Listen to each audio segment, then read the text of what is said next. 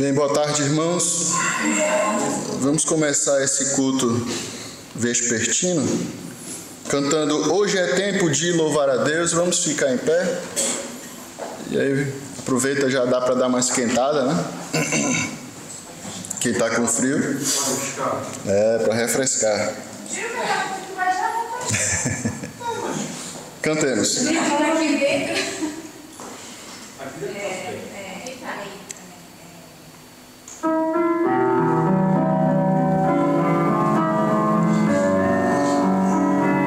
Vamos lá. Hoje é tempo de louvar a Deus, e em nós agora habita o seu Espírito. Então é só cantar e a Cristo exaltar. Sua glória encherá este lugar. Vem louvar,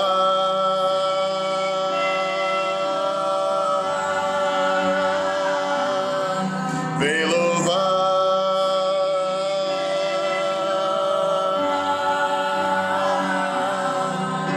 No meio de louvores Deus habita, e é o seu prazer cumprir o que nos diz. Então é só cantar e a Cristo exaltar. Sua glória encherá esse lugar. Glória a Deus,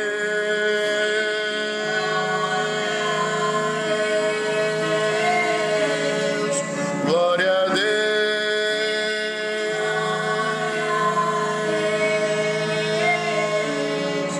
glória a Deus. Ainda em pé, grande é o Senhor e muito digno de louvor.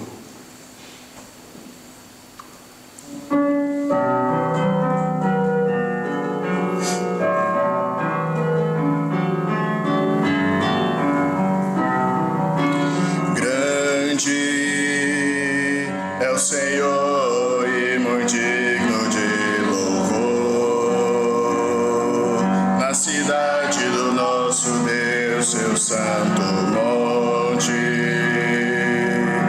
A alegria de toda a terra.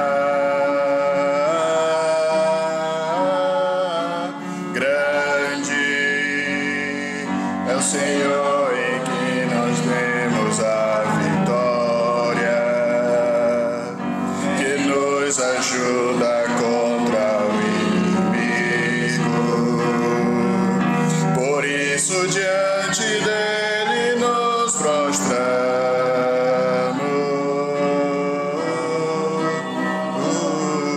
Queremos o teu nome engrandecer e agradecer-te por tua obra em nossas vidas. Confiamos em teu infinito amor, pois só tu és o Deus eterno sobre toda a terra e céus. Queremos o teu nome, queremos o teu nome engrandecer e agradecer-te por tua obra em nossas vidas. Confiamos em teu infinito amor, pois só tu és o Deus eterno sobre toda a terra e céus. Oremos. Pai querido, muito obrigado, porque um Deus tão grande, tão maravilhoso, tão mesmo imortal, eterno, santo, se importou mesmo com criaturas pecadoras como nós. Enviou teu Filho Jesus a morrer numa cruz, nos salvar, Senhor. E aqui estamos, graças ao teu grande amor, graças à tua misericórdia, Senhor. aceita o louvor, a nossa adoração e também, Senhor, fala conosco neste culto, neste momento em que estamos reunidos e pedimos as Tuas bênçãos em o nome de Jesus. Amém. Podem sentar. Mais um cântico, louvor ao Senhor. Não sei se ele... Sabem isso aí, pastor? Gratos, louvor ao Senhor. Ó gratos ao Senhor, ao vosso Rei louvai, com alegria e com fervor, com alegria e com fervor, seu culto celebrai. Acho que conhece, né? Todos eles? Então cantemos. A gente vai cantar 2 vezes, tá bom?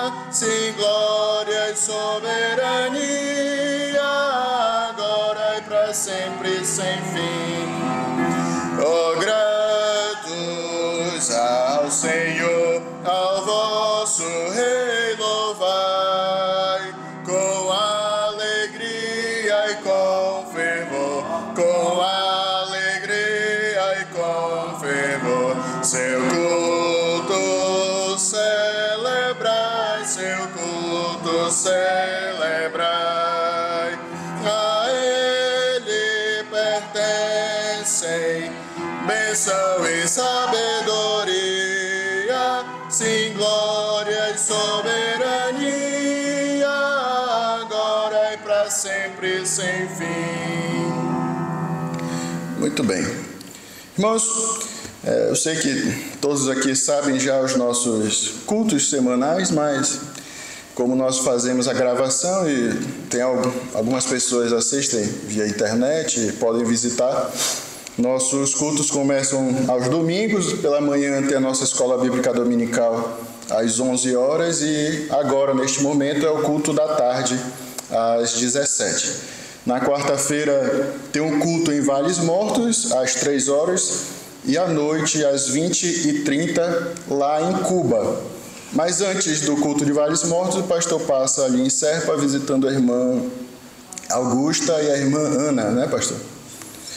Ali no lar de idosos e canta, lê um texto e tem aquele momento de consolo, de conforto ali com a irmã, apesar do estado que ela está. Vamos orar sempre por elas, lembrar também de orar pelo casal Bulli, a irmã Rosinha que estava adoentada essa semana que passou, e orar, né, que o Senhor proteja o pastor, ali a estrada de Vales Mortos, não sei quantos já tiveram oportunidade de ir, mas é bem, né, muitas curvas, muitos vales e só Deus mesmo para proteger. Não depende só dele, né?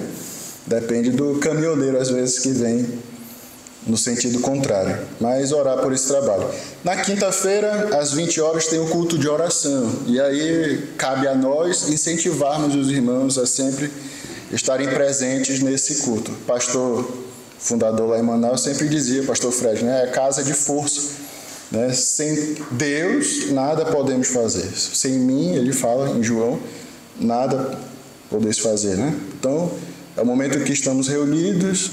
Antes da oração, tem um pequeno estudo, uma reflexão. E aí depois tem um momento de oração. Oramos pelas famílias. Então, quem puder vir, quem puder chegar, vai ser muito bem-vindo. E no sábado, tem o Clube Descobridores da Bíblia. Então, graças a Deus, recomeçamos no sábado retrasado. O sábado passado foi ontem, no caso. Então, no retrasado, reiniciamos aí nesse ano de 2024. E graças a Deus tem chegado crianças, então estão convidados, aqueles que tiverem crianças e puderem vir. Crianças e adolescentes, né? Não posso falar só crianças, já que a Emanuela está aqui, né? mas é um momento muito especial.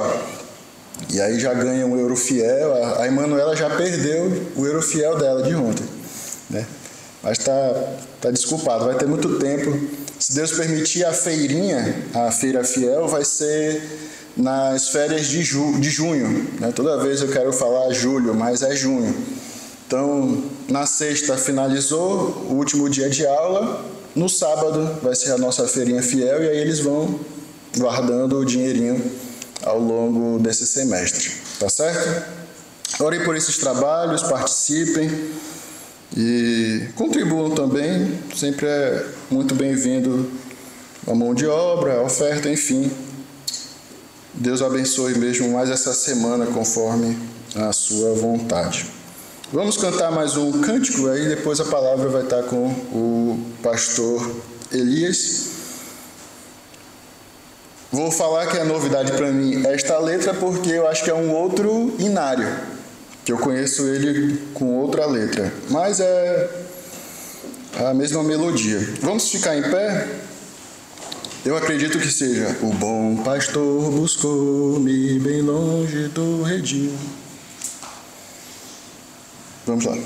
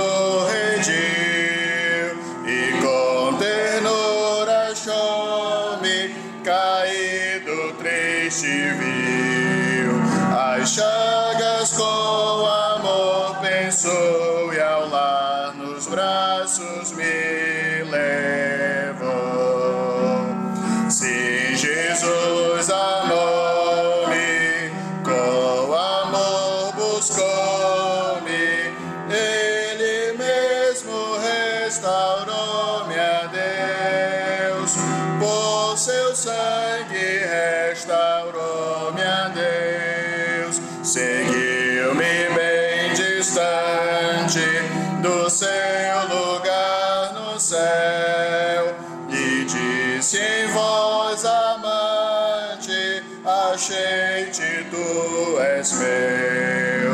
Jamais senti tão grande amor como esse do meu bom pastor.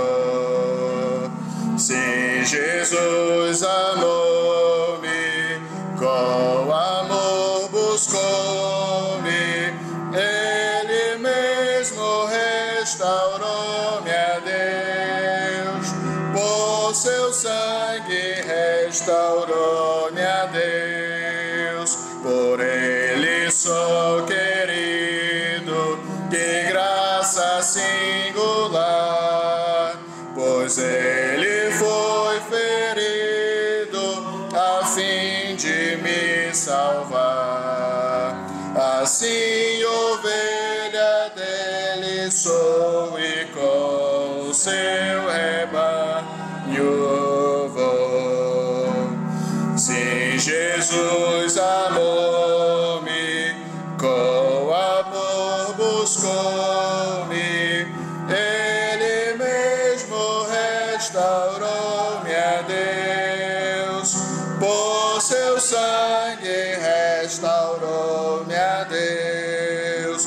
Prossigo alegre agora, Deus dá poder cabal e graça salvadora, protege-me do mal. O bom pastor comigo está, meus passos Ele guiará. Jesus amou-me, com amor buscou-me, Ele mesmo restaurou-me a Deus, por seu sangue restaurou-me a Deus. Graças a Deus. Pastor Elias, Deus abençoe.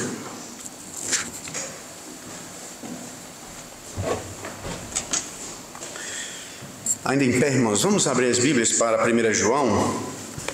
1 João, o capítulo 1. Vamos ler do versículo 5 até o versículo 10. Estávamos alguns domingos à tarde sem termos João, né? Foi o Natal, depois o Ano Novo.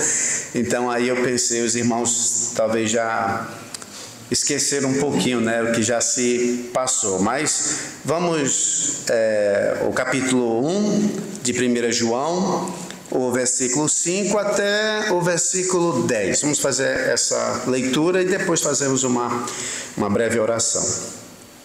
Nos diz assim a palavra do Senhor: Ora, a mensagem que da parte dele temos ouvido e vos anunciamos é esta: que Deus é luz e não há nele treva nenhuma. Se dissermos que mantemos comunhão com ele e andarmos nas trevas, mentimos e não praticamos a verdade. Se, porém, andarmos na luz como ele está na luz, mantemos comunhão uns com os outros. E o sangue de Jesus, seu Filho, nos purifica de todo pecado. Se dissermos que não temos pecado nenhum, a nós mesmos nos enganamos, e a verdade não está em nós. Se confessarmos os nossos pecados, ele é fiel e justo para nos perdoar os pecados e nos purificar de toda injustiça. Se dissermos que não temos cometido pecado, fazemo-lo mentiroso, e a sua palavra não está em nós. Oremos. Senhor Deus, muito obrigado pela a tua palavra. Obrigado, Senhor, pelo privilégio que o Senhor nos dá de nos reunirmos aqui para te louvar, bendizer, ouvir da tua palavra, sermos instruídos, Senhor, por ti através dessa bendita palavra. Assim, Senhor, nos guia em toda a verdade. Livra-nos, Senhor, do erro, da heresia, de tudo aquilo que não te agrada. E que possamos mesmo, Senhor, fazermos como a tua Bíblia nos ensina a fazer. É isso que nós te pedimos no nome santo de Jesus. Amém. Podemos assentar, obrigado. Muito bem, irmãos, então nós tínhamos começado o livro de 1 João e nós vimos assim que o João ele vai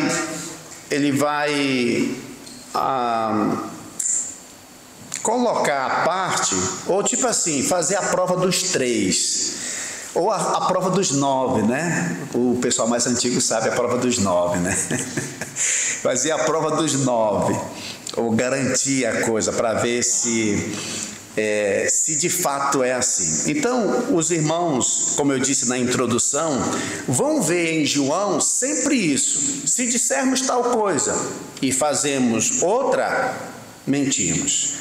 O João, ele vai colocar muito, ele vai dar ênfase muito na prática e não na palavra. As pessoas dizem uma coisa, mas vivem uma outra. Então, o João vai contra essa hipocrisia.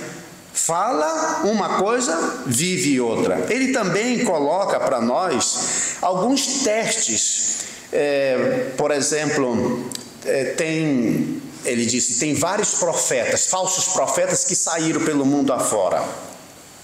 Aí ele diz, olha, cuidado, testar esses falsos profetas. Então ele fala contra falsos irmãos, como reconhecer um falso irmão, como reconhecer um falso profeta, como reconhecer um falso espírito. Ele diz até, não deis crédito a qualquer espírito. Antes o quê? Provai. Então com João, sempre a gente tem essa prova dos 9. E a prova dos 9, irmãos, é olhar a prática e não a palavra, e não a teoria. A teoria é uma coisa, a prática é outra. Por isso que ele vai dizer, olha, irmãos, não vamos amar só de boca e de língua, ou seja, palavra, mas do que? De facto e de verdade. Então ele nos alerta para nós olharmos para a prática e não para a palavra. A palavra, a pessoa diz tudo. Por isso Jesus, ele disse: nem todo que me diz Senhor, Senhor, entrará no reino dos céus. Então, só quem está dizendo Senhor, Senhor, são pessoas que se intitulam cristãos, crentes, mas nem todo mundo que diz vai entrar. Então, João lida muito com isso. Também os irmãos estão lembrados que o João estava também lidando com uma heresia na época, que é chamada de docetismo, que era aquela heresia que dizia que Jesus Cristo não era verdadeiramente humano. Ele não era verdadeiramente humano, ele parecia humano. Parecia, mas não era. Então o João vai, já na abertura aqui da sua epístola, ele vai dizer lá no versículo 1, né? E por isso nós entendemos quando ele disse: o que temos ouvido, o que temos visto, com os nossos próprios olhos, o que contemplamos e as nossas mãos apalparam. Ele está combatendo o docetismo, que era uma heresia que dizia que Jesus Cristo não era mesmo carne e osso, não. Era só uma aparência. E quando ele morreu ali na cruz, tipo assim, parece que ele deixou a carne e saiu. O Deus saiu e ficou só a carne ali. Então, já no primeiro século já tinha essa heresia.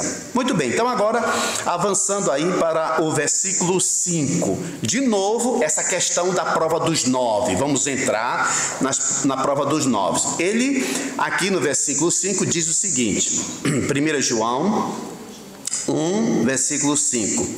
Ele diz assim: ora, a mensagem que da parte dele temos ouvido, os irmãos que estão acompanhando, sabem que o João aqui, ele estava falando de Jesus Cristo, né? O que era desde o princípio, versículo 1, o que temos ouvido, o que temos visto. Ele vai dizer no versículo 3, capítulo 1, versículo 3, de novo: o que temos visto, ouvido, anunciamos também a vós outros, para que vós igualmente mantenhais comunhão conosco. Então, ele está sempre repetindo: o que nós vimos, o que nós ouvimos, nós transmitimos para você. Mas até então, ele não está dizendo o que foi que você ouviu, o que foi que você viu. Agora que ele vai dizer no versículo 5, ele vai dizer o que foi que ele ouviu, o que foi que ele viu, né? O que ele aprendeu da parte de Jesus Cristo.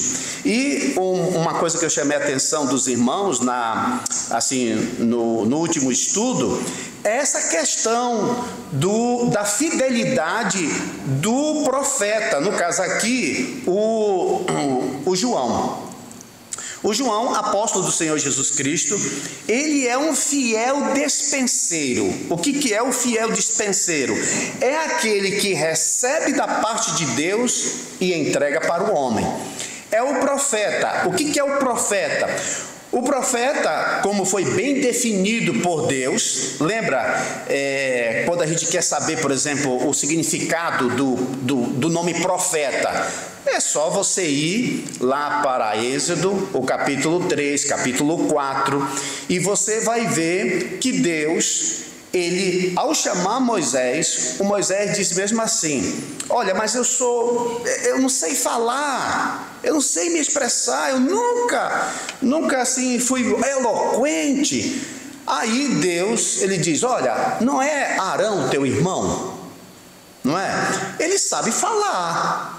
Ele vai então contigo. Então, o que vai acontecer aqui? Isso a gente vê tanto nos capítulos 3 e 4 de Êxodo, como lá no capítulo 6, Deus dizendo para ele, mostrando o seguinte: olha, tu vais ser como Deus e o Arão vai ser como profeta. O Arão vai ouvir de ti e transmitir para o povo. Então está ali a interpretação dessa palavra profeta. O que é o profeta? É aquela pessoa que ele é um canal, ele só está para receber e transmitir. Ele não está aí para dar opinião, o que ele acha. Bem, irmãos, eu acho isso, eu acho aquilo, não acho nada. O meu trabalho aqui é profeta. Eu recebo de Deus, eu transmito para o homem. Qualquer dúvida ou qualquer reclamação do produto entregue reclame para o remetente. Como profeta, eu não tenho nada a ver com isso. É mais ou menos o que a gente vê aqui, João. O que nós vimos, o que nós ouvimos, é isso que nós passamos para vocês. Está com alguma dúvida? Tem alguma questão? Não concorda? Procure o remetente. Eu só sou o profeta, só estou transmitindo o que ele mesmo me mandou. O Paulo, por exemplo, ele usa essa linguagem. Quando ele, escrevendo aos Coríntios, no capítulo 11, versículo 23, o Paulo usa essa linguagem. Ele diz, olha, eu vos entreguei o que também eu recebi, de Jesus na noite em que foi traído. Então note como ele usa, eu só entreguei para vocês o que eu recebi, porque já em Corinto estava aquela briga, né? Que uns não aceitavam Paulo como um apóstolo, vamos dizer, 3/3 da igreja já era contra isso, só tinha 1/3 da igreja que ele foi o fundador, estavam contra ele. E o Paulo disse, ei, eu recebi do Senhor que também vos entreguei. A mesma coisa o João faz aqui. O que eu ouvi, o que eu vi, é isto que eu anuncio para vocês. Então o que é que ele anuncia? Versículo 5, 1 João 1:5. Ora, a mensagem que da parte dele temos ouvido e vos anunciamos é esta: que Deus é luz, e não há nele treva nenhuma. A gente sabe pelo ensinamento de João, que o João, quando ele se refere a trevas, ele sempre está se referindo a algo que é pecaminoso. Olha, não ande nas trevas. Como assim não andar nas trevas? Será que ele está falando de forma literal? Então eu não vou sair depois das 6, que é andar nas trevas. Não, ele não está falando de você andar nas trevas porque está escuro. O andar nas trevas, ou ter trevas, é pecado, coisas defeituosas, coisas que não são dignas. Então o que ele está dizendo? Ele está dizendo que Deus ele é luz e que nele não tem pecado. Deus ele não compactua com pecado, ele não negocia com pecado. Isso daqui, irmão, já seria suficiente para nós fazermos boas interpretações, por exemplo, no Antigo Testamento. Porque lembra, quando Deus está lá no céu, aí ele diz mesmo assim, quem é que vai ser aquele espírito assim de mentira na boca dos profetas de Acabe? Aí tem um espírito lá que diz, eu vou ser. Aí, ó, tu vai prosperar. O quê? Um espírito de mentira é Deus que está enviando isso? Mas como é que pode? Como Deus pode compactuar com isso? Que negócio é esse? E uma outra, ele disse, olha, eu crio o mal. Deus dizendo, eu crio o mal? Como assim? Deus cria o mal? E não é o criar o mal de Deus ser o autor do mal, o autor do pecado. Então, quando nós temos um texto desse que diz que Deus é luz e nele não há treva alguma, isso já dá para a gente parar e pensar. Esses textos do Antigo Testamento me mostram alguma dificuldade aqui. Mas aqui em 1 João já está me dizendo que Deus não compactua com o pecado. Então eu preciso ter uma compreensão. O que é que ele quer dizer lá? O que ele quer? Por que ele está falando dessa maneira? Olha, Israel, entra agora na terra prometida e quando vocês forem, vocês matem todo mundo. Homem, mulher e criança. Aí você fica, não, Deus... E por isso que alguns teólogos dizem, tipo assim, que o Deus do Antigo Testamento não é o mesmo Deus do Novo Testamento. É que eles não conhecem, eles não entendem o Deus justiça. Deus, ele tem tanto prazer, ele é tanto amor como justiça. E isso eles não conseguem associar. A Bíblia, irmãos, ela interpreta a própria Bíblia. Então tem versículos aqui que jogam luz em versículos que são mais obscuros. A gente vai entender melhor quando tem versículos que são mais claros. Então, a verdade absoluta aqui é a seguinte: Deus é luz, Deus não tem pecado, Deus não peca, Deus não pode ser tentado. É isto. Tem algum outro versículo da Bíblia que pode jogar uma contradição em cima disso? Uma aparente contradição? Pode ter. Mas o problema vai estar na nossa mente, essa aparente contradição. Você vai ter que estudar o texto, estudar bem o texto, para poder saber fazer a interpretação do texto. Porque Deus não compactua com o pecado, com o erro. Aí ele segue, ele já jogou a base.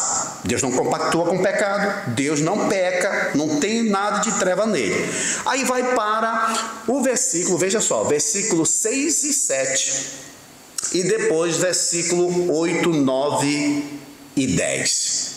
Esses aí, eles estão como que paralelos, tá? Então, versículo 6 e versículo 7 é o que uma pessoa diz, o 6. E o 7 é o que a pessoa pratica. Você vê a teoria, a prática.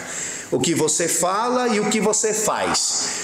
O que eu falo tem que harmonizar com o que eu faço. Não pode ser você diz e não faz. Não vai ser como aquele tipo de pai que diz para o filho: meu filho, faça o que eu lhe digo, mas não faça o que eu faço. Eu conheço assim alguns pais que eles fumam, mas não deixam os filhos fumarem. Eles podem fumar, mas o filho não pode fumar. O filho, você não pode, não. Eu posso, porque eu já sou de maior, e o filho, quando inteira 18 anos, também quer fumar. Ele já é de maior também. Então, se faz bem para o pai, tem que fazer bem para o filho também.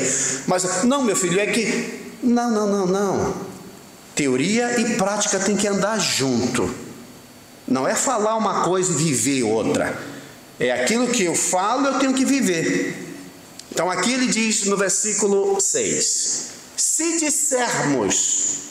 Veja aqui que é a palavra, a teoria, né? Se dissermos que mantemos, olha essa palavra muito forte, manter. Ele não está dizendo aqui se dissermos que temos. Ele diz se dissermos que mantemos comunhão com Ele.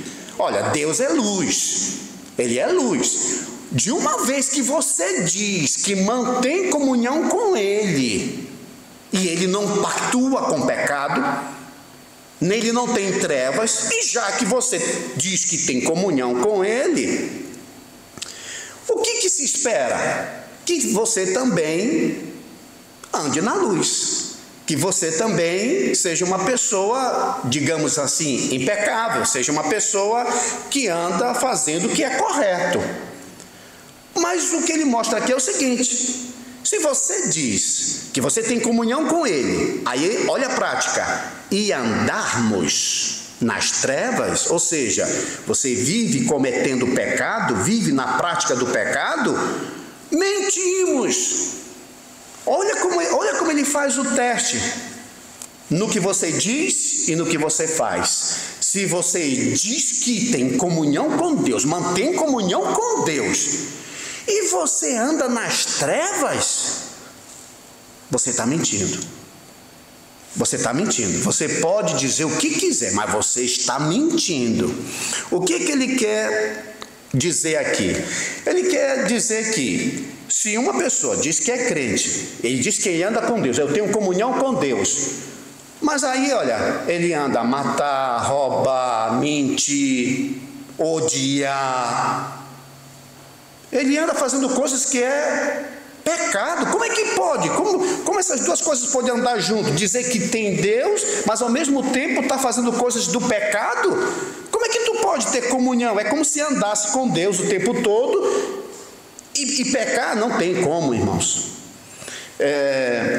Eu já disse uma vez, por exemplo, se você pegasse Jesus Cristo, a pessoa física de Jesus, para morar na sua casa só uma semana, Jesus na sua casa, 24 horas com você, eu duvido você dizer alguma palavra má perto de Jesus. Eu duvido você assistir algo na televisão com ele sentado do lado, que não é do agrado dele. Irmão, se nós colocarmos Jesus Cristo do nosso lado, andando conosco, vai ter muita coisa que você não vai falar, tem muita coisa que você não vai pensar e tem muita coisa que você não vai ver. É ou não é verdade? É. A Bíblia diz que a luz veio ao mundo e os homens amaram mais as trevas do que a luz. E por que não se chegaram para a luz? Por que eles não queriam Jesus? Às vezes a gente indaga isso, né? Poxa, Jesus é tão bom, ele curou muitas pessoas, ele é bondoso, multiplicou os pães, ele só fez o bem, por que as pessoas não querem ele? Não tem nenhum problema em Jesus. O problema está nas pessoas. Eles não se achegaram para a luz porque as suas obras eram más. Então, se nós dissermos que andamos, mantemos comunhão com Deus e ao mesmo tempo andamos nas trevas, isso é incompatível. Incompatível. Onde Deus vai estar, não pode estar essa associação de pecado. Tem alguma coisa errada. Ou, né? Você está com Deus e vive uma vida séria, ou você não está com Deus e você está no pecado. Mas não pode dizer que anda com Deus, que mantém comunhão com Deus e ao mesmo tempo está na vida de pecado. Isso é incompatível. Isso não é coerente, é incoerente. E por isso que ele diz, mentimos. Então, qual seria a prova dos 9? Aí o versículo 7.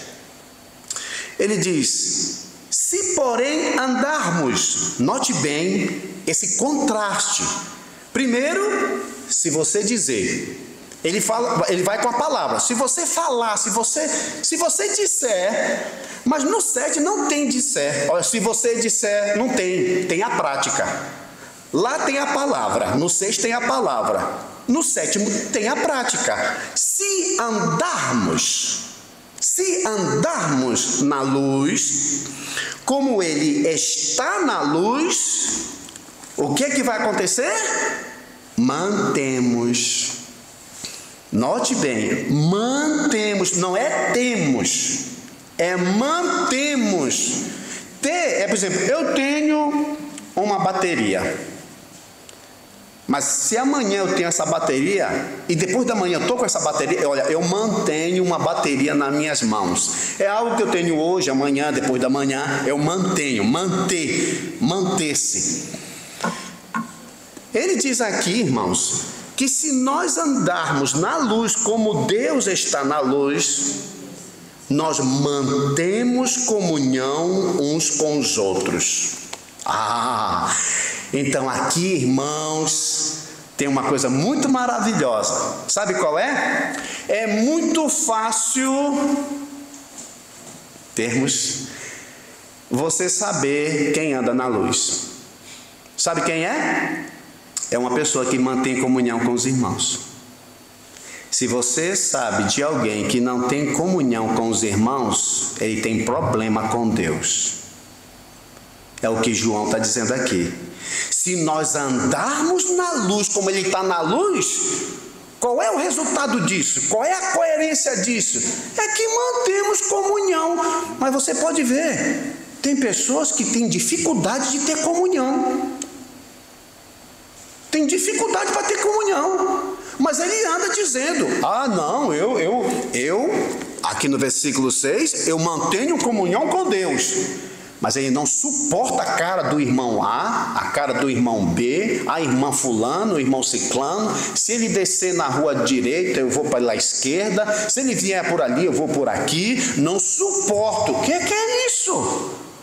Ora, você não diz que mantém comunhão com Deus? E por que não tem comunhão com o irmão? É incompatível, irmãos. E por isso que ele diz, é mentira. Você está mentindo. E por isso nós dizemos o seguinte: se uma pessoa andar ou não anda bem com Deus, ele também não vai andar bem com o irmão. Por isso, irmãos, é aquilo que eu disse para os irmãos. Olhando para os 10 mandamentos, você vê que no primeiro lado só tem sobre Deus. 4 mandamentos que diz respeito a Deus. Primeiro é com Deus. Depois que você se acerta com Deus, você vai se acertar com o próximo. Se você ter comunhão com Deus, vai ter comunhão com o próximo. Se você cumprir os 4 mandamentos, os 6 depois é fichinha, não tem problema nenhum. Agora, se você errar aqui nos 4, você vai ter problema nos 6. Os 4 diz respeito a Deus, os 6 diz respeito ao próximo. Por isso que a lei pode se dividir entre Deus e o próximo.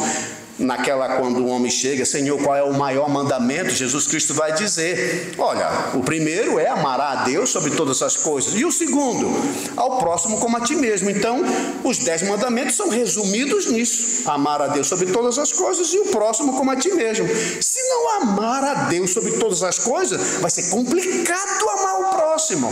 Por isso, se nós mantemos comunhão com Deus, nós também vamos ter comunhão com os irmãos, com o próximo.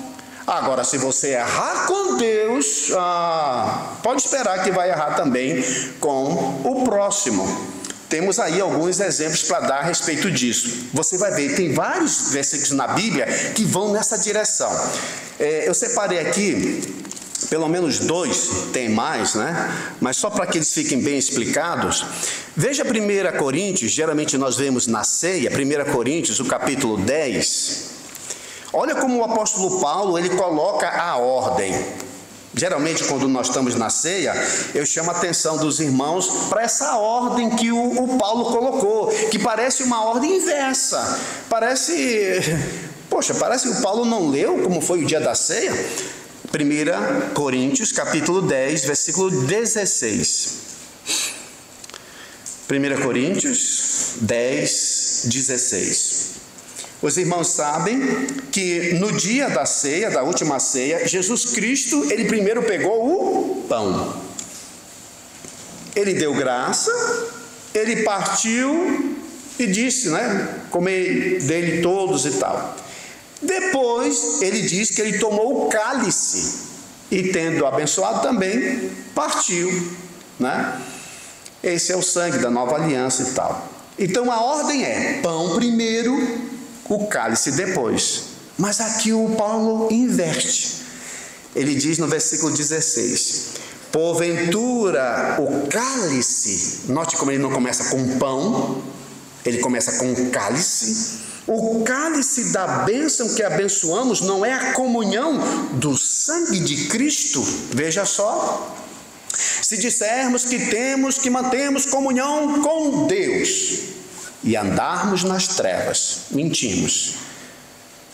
Agora, se nós andarmos com Deus, se nós andarmos com Ele, nós mantemos comunhão com os irmãos. Então aqui, o cálice é a comunhão com Cristo, com o sangue de Cristo. Então, primeiro, comunhão com Cristo. Primeiro, comunhão com Deus. Primeiro, acertar minha vida com Deus. A minha vida está certa com Deus. Eu estou bem com Deus. Estando bem com Deus, o próximo é uma consequência. É o resultado dessa comunhão. Então, por isso ele diz: o cálice da bênção que abençoamos é a comunhão do sangue. Aí vai para o pão. O pão que partimos não é a comunhão do corpo? Então veja, primeiro comunhão com Deus e depois comunhão com os irmãos. É o corpo. O corpo de Cristo é a igreja. Então, um irmão que diz que ama a Deus, que anda com Deus, mas ele tem problema com o irmão, tem alguma coisa errada, irmãos. Tem alguma coisa errada. Quer dizer, eu amo a Deus, mas não amo aquele por quem Deus deu a sua vida? Eu tenho algum problema? Quer dizer, Deus pode amar aquele sujeito e eu não? Tem alguma coisa aí, é incompatível. Veja, o que você diz com a prática, isso tem que andar junto. Então, voltando lá no nosso 1 João, e aí depois eu dou um outro exemplo, que vai ser o exemplo de Abraão, mas aí nesses dois, né? No 1 João 1:7, se porém andarmos na luz como ele está na luz, mantemos comunhão uns com os outros. Uns com os outros. E aí vem o exemplo de Abraão. Se você olhar lá para Gênesis,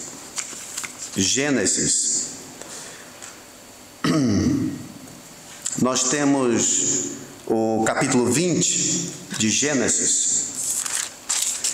Esse capítulo 20 de Gênesis foi quando o Abraão foi peregrino na terra de Gerar.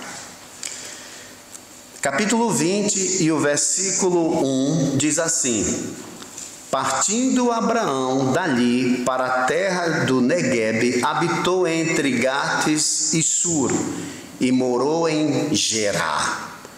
Aí o que acontece? Versículo 2: disse Abraão de Sara, sua mulher, ela é minha irmã. Assim, pois, Abimeleque, rei de Gerar, mandou buscá-la. Então, note que aqui é a segunda vez que o Abraão, ele diz para Sara, porque isso foi um contratado, quando ele saiu de Harã, ele já contratou com ela: olha, a gente chegar numa outra terra, diga que é a minha irmã.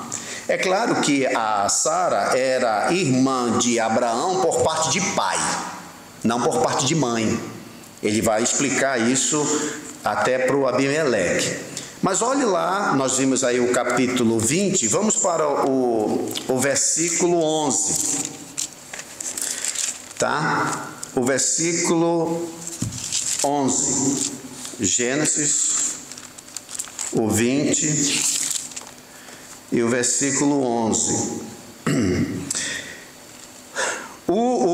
Foi descoberto, né? Deus aparece a Abimeleque no sonho e revela ali toda a verdade, né? Aí, voltando um pouquinho no 10, Gênesis 20, versículo 10, disse mais Abimeleque a Abraão: que estava pensando para fazeres tal coisa? Agora olha a resposta de Abraão. Respondeu Abraão: eu dizia comigo mesmo. Eu dizia comigo mesmo. Versículo 11: certamente não há temor de Deus neste lugar. Olha, Sara, nós estamos indo para Gerar. Certamente eles não temem a Deus. Não temendo a Deus, o que vai acontecer? Vão querer me matar. Se souberem que eu sou teu esposo, porque eles não iam eles não iam tomar a Sara sabendo que o marido dela ainda vive. Pelo menos essa ética eles tinham. Então ele primeiro tinha que matar. Então vamos matar, porque agora ele não tem mais, ela é solteira, é viúva. É viúva, a gente pode agora casar com ela. Primeiro tem que matar o marido. Então vão me matar. Eles não têm temor a Deus. Então vamos fazer o seguinte: diz que é minha irmã, porque aí não vão me matar, não precisa me matar. E por isso Abimeleque foi lá e buscou a Sara. Mas o que eu quero chamar a atenção dos irmãos aqui é o seguinte: note, como Abraão viu que o povo não tem comunhão com Deus, não tem temor a Deus, então qual é a consequência disso? Eles vão matar, eles vão roubar, eles vão mentir. O Abraão liga primeiro o temor a Deus. Se esse povo tivesse temor a Deus, não tem problema nenhum, Sara, você pode dizer que é minha esposa. Mas uma vez que esse povo não tem temor a Deus, eles vão matar, eles vão roubar, eles vão mentir. Por isso, irmãos, do incrédulo a gente espera tudo. Por quê? Porque não tem temor a Deus. Não tem temor a Deus. Então a primeira coisa é temor a Deus. Se tem temor a Deus, irmãos, vai ser uma maravilha. Vai ser uma maravilha. Por isso que, tanto no casal, na cidade, no trabalho, no negócio, na associação, o que é bom se ter? pessoas que temam a Deus. Num relacionamento, num casamento, é bom que sejam os dois crentes.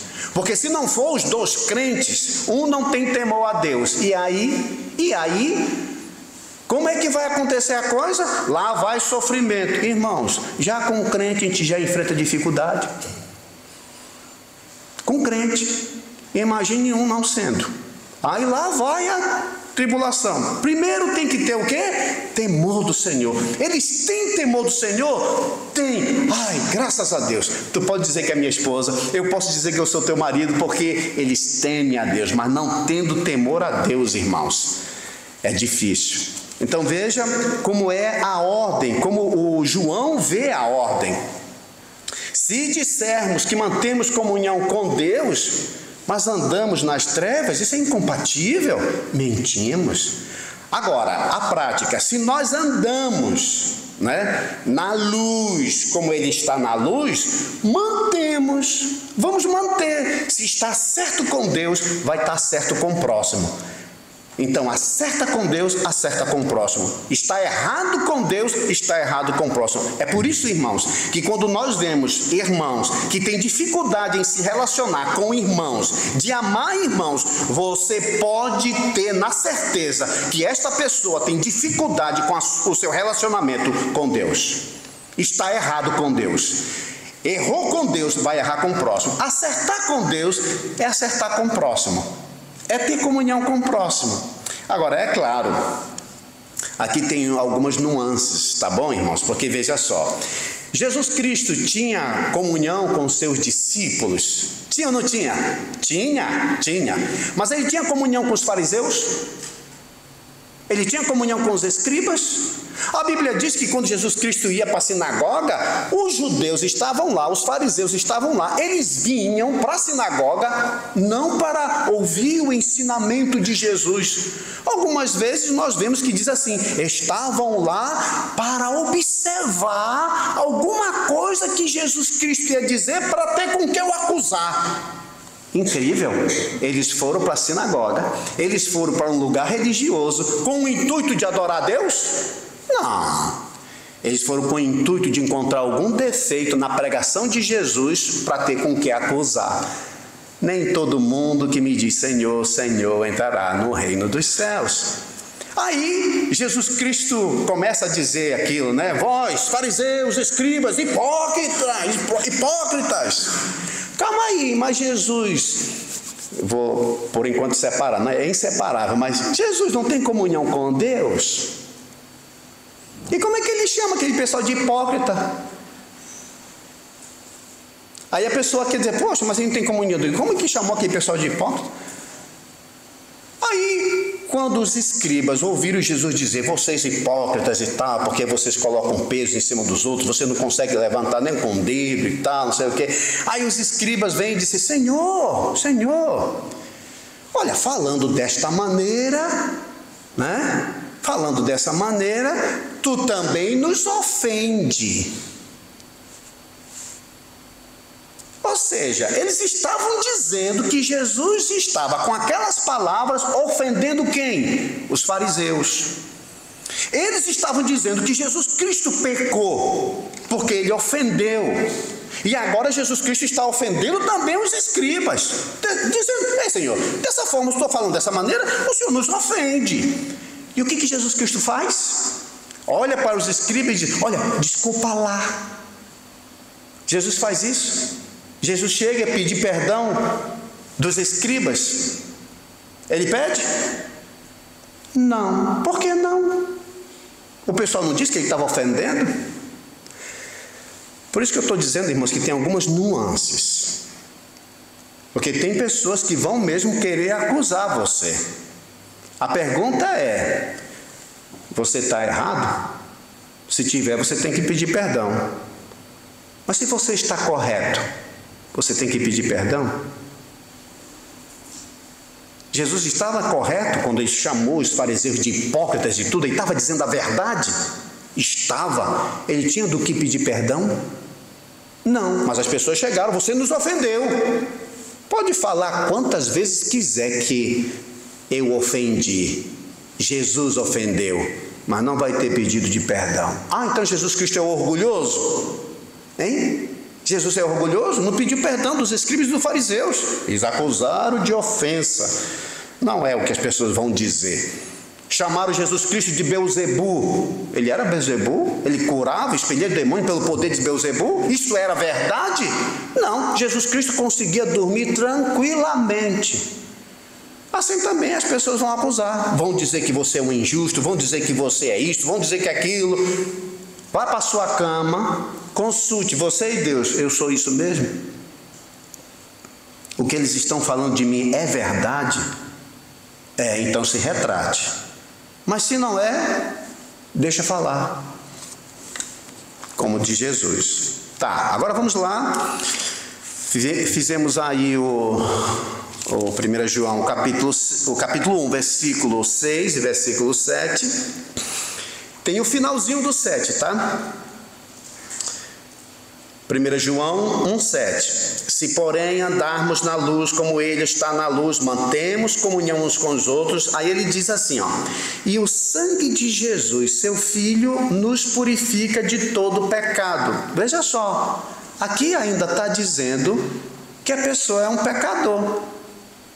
Embora que eu tenha comunhão com Deus, isso não quer dizer que eu ainda não tenha pecado. É interessante isso, irmão. Por isso ele vai aprofundar esse assunto de pessoas que dizem que não tem pecado, para esclarecer. O fato de eu andar com Deus, eu estou na luz, não quer dizer necessariamente que eu não tenha pecado. O que está dizendo é que eu tenho comunhão com meus irmãos. Mas, irmãos, não quer dizer necessariamente que eu estou sem pecado, porque eu ainda estou nessa terra.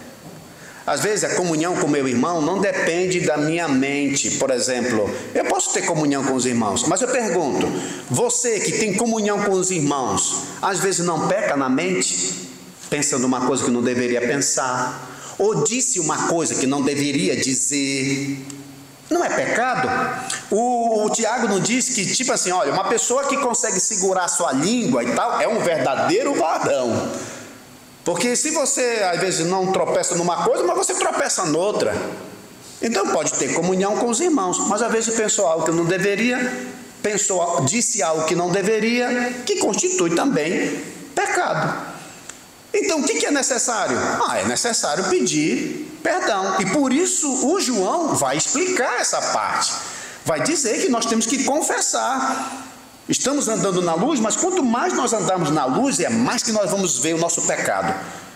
Você pode olhar no Antigo Testamento e você vai ver o seguinte: todos aqueles que tiveram um encontro com Deus se acharam nada. Ninguém se achou bonzinho. O Moisés, quando se encontra com Deus, ele diz: quem sou eu para ir lá tirar? Quem sou eu? Não sei falar, não sei isso, não sei aquilo. Não se viu nada. Quando Jeremias se encontrou com a glória do Senhor sendo chamado, o que foi que ele disse? Eu não passo de uma criança, quem sou eu? Quando Isaías viu a glória de Deus, ele disse o quê? Ai de mim! Irmãos, Isaías era um homem de Deus. Eu não acredito que Isaías andava chamando palavrão pelos cotovelos. Ele disse: ai de mim, porque eu sou um homem que habito no meio de um povo de impuros lábios, de lábios impuros. Ele se viu como uma pessoa que anda com lábios impuros. Quem sou eu? E viu o Senhor da glória. Por quê? Porque quanto mais você se aproxima de Deus, mais você vê o seu pecado. Por isso que quando uma pessoa, a gente sente perguntar assim: então, como vai a sua vida com o Senhor? Aí você diz: minha vida com Deus está ótima. Está muito mal. Está muito mal. Por que está muito mal? Porque quanto mais perto você chega de Deus, mais defeito você vê na sua vida. Quanto mais, irmãos, você se aproximar, sua comunhão com Deus, é mais que você vai sentir que é pecador. Foi assim que Isaías se sentiu: ai de mim. Você vê que os serafins que estão voando, irmãos, ao redor do templo de Deus, estão com duas asas sobre o quê? Sobre os olhos. Os pés tampados, a reverência: santo, santo, santo, santo. Nós não temos ideia, irmãos, disso. Por isso, quanto mais se aproxima dele, mais você vê o seu pecado. Então, e o sangue de Jesus nos purifica de todo pecado. Já está aí implícito que vamos pedir perdão. Mas aí ele fala no 8.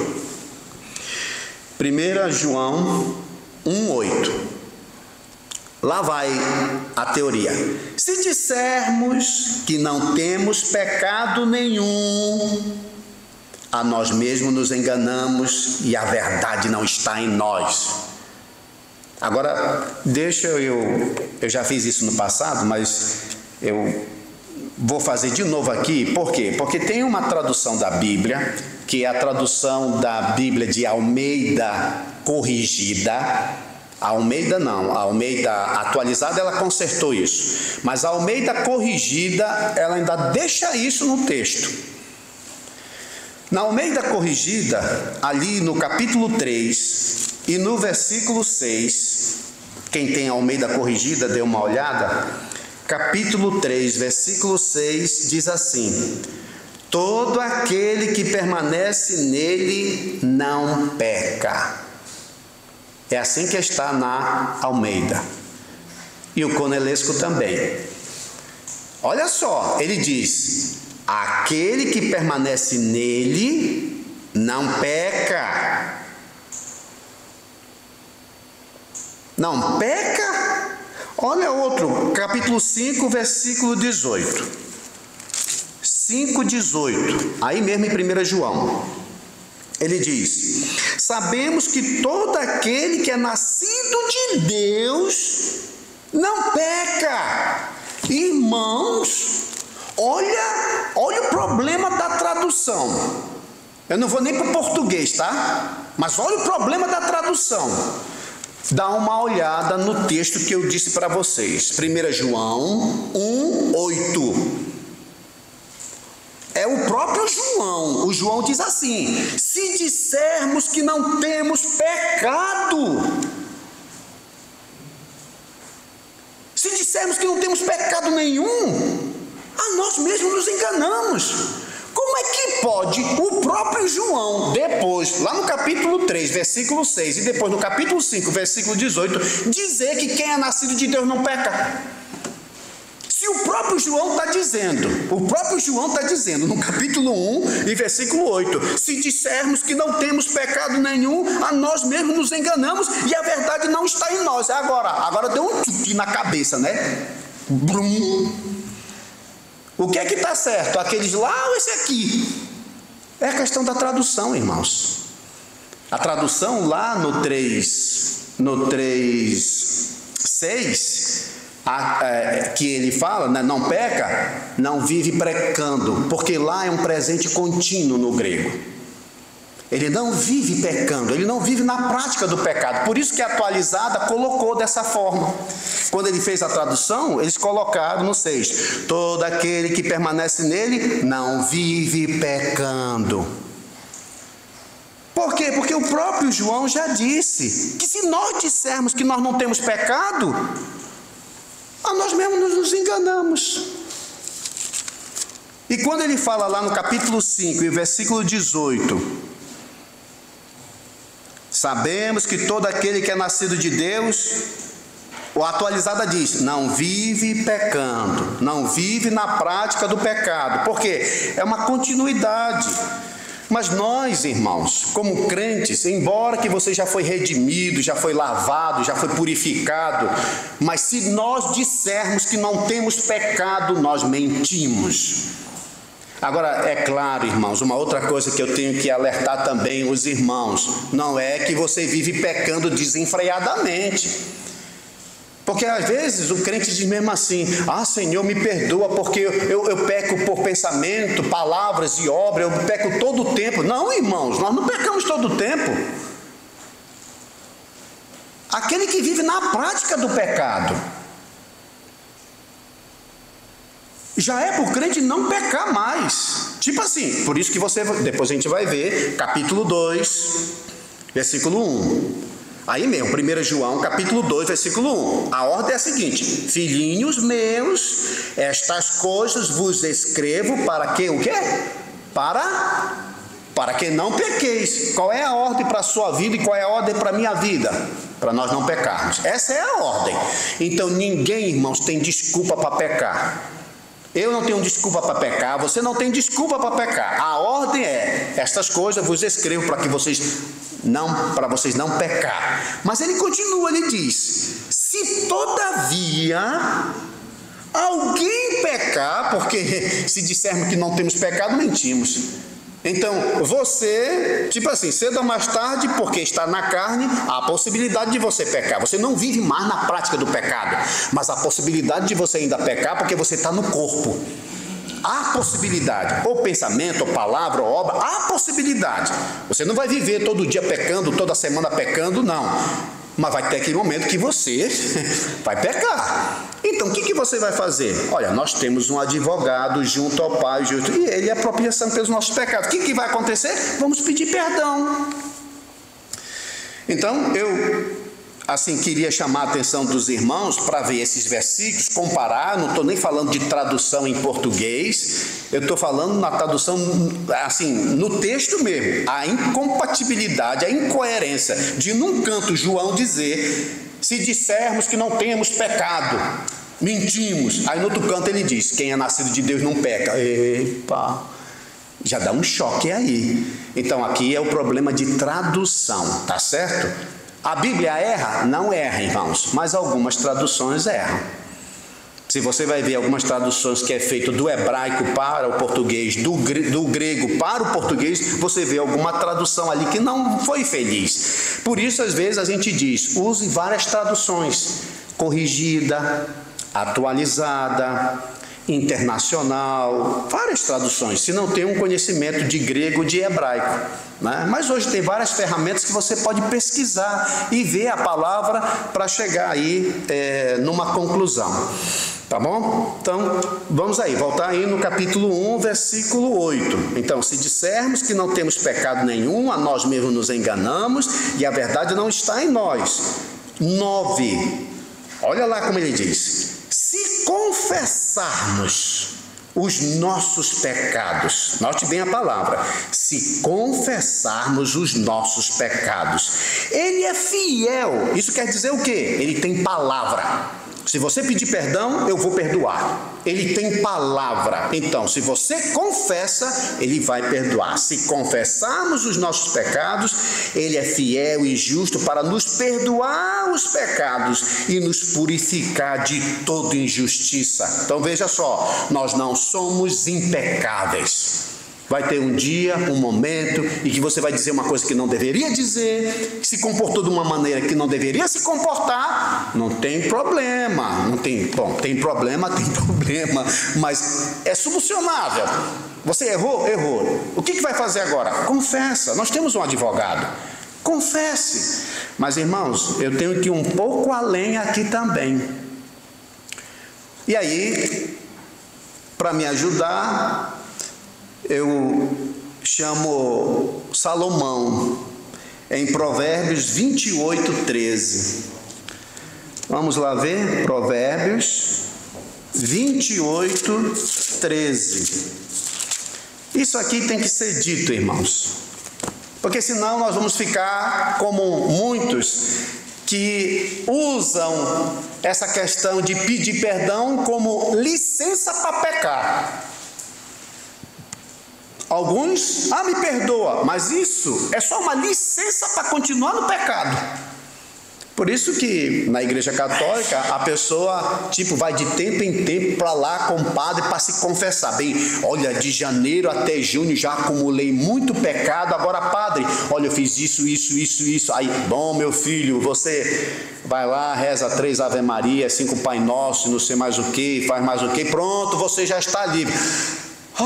Os pecados de janeiro até junho, já limpei esse livro, já está limpo. Agora eu tô leve para pecar. De junho até dezembro. Quando chegar em dezembro eu vou confessar de novo. Então aquilo é como se fosse um pedido de permissão para eu continuar no pecado. Então, se confessarmos os nossos pecados, ele é fiel e justo para nos perdoar os pecados e nos purificar de toda impureza. Então, eu pequei, vou pedir perdão do Senhor. eu vou pecar de novo, porque eu só peço perdão do Senhor. Eu sei que é pecado. Mas eu peço perdão do Senhor. Então, pedir perdão não é pedir licença para continuar no pecado. E por isso aqui em Provérbios, capítulo 28, e o versículo 13, ele diz assim: o que encobre as suas transgressões, transgressão são pecado que você sabe que é pecado, jamais prosperará. Uma pessoa que encobre o seu pecado, ele jamais prosperará. Ele sabe, ele tem pecado, ele não quer confessar. Temos que confessar. E aqui ele diz, né? Quem encobre as suas transgressões jamais prosperará. Mas agora olha, mas o que as confessa, e o que faz depois da confissão? Deixa. Mas o que as confessas e deixa alcançará misericórdia. Deus sabe se você está pedindo perdão como uma licença para pecar de novo. A ordem é para nós não pecarmos. Agora, se pecarmos, vamos confessar o pecado. Vamos chegar e confessar. Porque se ocultar o pecado, como ele diz aqui, se encobrir, não vai prosperar. Por isso que a pessoa não vai para frente, não vai. Tem pecados encobertos, tem pecados ocultos. A pessoa não quer confessar, não vai, tua vida não vai decolar espiritualmente. Não vai decolar. Tem que confessar e tem que deixar. Não é só confessar o pecado, é deixar. Você viu que era uma coisa errada? Viu? Tá. Vai confessar? Confessa. Não pratica mais. O que Jesus Cristo dizia para todas as pessoas que chegavam, que ele perdoava? Por exemplo, chegou aquela mulher, né, que era uma prostituta e tal. Aí ele disse, olha, vai, não peques mais. A adúltera chegou, olha, cadê os teus acusadores? Senhor, não tem nenhum. Eu tampouco não, né, assim te condeno. Agora vais e o quê? Não peques mais. Então, pedir perdão, irmãos, não é pedir uma licença para continuar no pecado. Então, eu errei. Eu vou agora me descabelar, eu errei. Não. Seja humilde. Confesse o pecado. Deixa. E continua a andar. Então, caiu a vida do crente. Você pode ver. Não é uma vida de impecável, irmãos. Vai ter um momento que você vai errar, que eu vou errar, que eu vou pecar. Você vê a história desses irmãos no passado, tanto no Antigo como no Novo Testamento, irmãos que falharam. Abraão, Davi, Moisés, o Pedro, falharam. Marcos, falharam, mas desistiram? Continuaram. O que tem que fazer? Confessar. Você errou? Errei. Está com vergonha? Tu confessa e deixa. Que aí vai acontecer o quê? Vai alcançar misericórdia. Então vamos ir para os finalmente aí, para na próxima vez a gente iniciar com o capítulo 2. Só para terminar. O versículo 9, né? E 10. 1 João 1,9. Se confessarmos os nossos pecados, Ele é fiel e justo para nos perdoar os pecados e nos purificar de toda injustiça. Então Ele perdoa. Esqueça aquilo que você cometeu. Confessou? Esqueça. Não lembre mais disso não. Deixa para trás. Você já confessou? Esquece. 10. Se dissermos que não temos cometido pecado, fazemo-lo mentiroso e a sua palavra não está em nós. De novo a coisa. Quem é nascido de novo, há possibilidade de pecar? Sim. Tem possibilidade de pecar. Mas graças a Deus, se nós confessarmos, irmãos, os nossos pecados, Ele é fiel e justo para nos perdoar. Graças a Deus por isso, irmãos. Graças a Deus. Porque do dia que eu aceitei Jesus como meu Salvador, depois eu pequei. Na minha cabeça, eu dizia assim quando eu era incrédulo. eu dizia assim: eu só vou aceitar Jesus Cristo quando eu não pecar mais. Será que eu ia conseguir? Não, eu quero deixar todo o meu pecado, aí eu vou aceitar Jesus. Sim, tem que. Mas há a possibilidade de pecar depois? Há. Mas graças a Deus nós temos um advogado. Você errou? Você pecou? Isso não quer dizer que você não é crente. Você sim é um regenerado. O que é que tem que fazer? Confesse. E deixa. E continua a caminhada. Amém? Senhor Jesus, obrigado pela Tua palavra, por tudo que nós aprendemos aqui. Aplica, Senhor, em nossas vidas. Aplica em nossos corações. E que o Teu nome seja exaltado e glorificado. Dá uma boa semana para cada um dos nossos amados irmãos, seja no colégio, no trabalho. Guarda, protege, livra de todo o mal, Senhor. No nome santo de Jesus. Amém. Obrigado, irmãos.